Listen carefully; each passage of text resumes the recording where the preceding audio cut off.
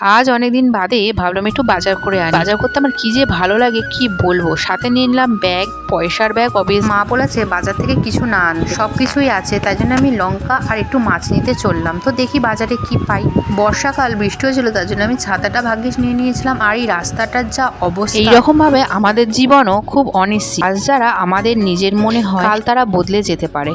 আমরা কত কল্পনা করি, কত স্বপ্ন সাজাই, অথচ সময়ের এক অদৃশ্য মোড়ে সবকিছুই মুহূর্তের মধ্যে পরিবর্তন হয়ে যেতে পারে। কেউ জানে না আগামীকাল কি অপেক্ষা করছে, সুখ, দুঃখ নাকি সম্পূর্ণ নতুন কোনো অধ্যায়। তবুও জীবন অর্থহীন নয়, বরং এই অনিশ্চয়তার মাঝেই জীবনের সৌন্দর্য লুকিয়ে আছে। প্রতিটি নতুন সকাল নতুন সম্ভাবনা বার্তা নিয়ে আসে।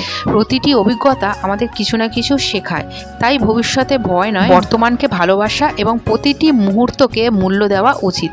কারণ জীবনটা যতটা অনিশ্চিত ততটাই সুন্দর। আর এদিকে তো লঙ্কার দাম কমেই না, 15 টাকা সব। মাছ তো নিয়ে চলে এলাম, কিন্তু আমার পাপাটা দেখো, আমি কত করে ডাকলাম, ও কিন্তু রাগ করেছে যেহেতু আমি ওকে বাজারে নিয়ে যাইনি।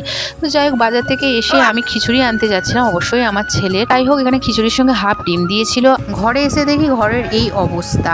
আর এখন তো ওর সঙ্গে আমাকেও পাগল হয়ে যেতে হয়।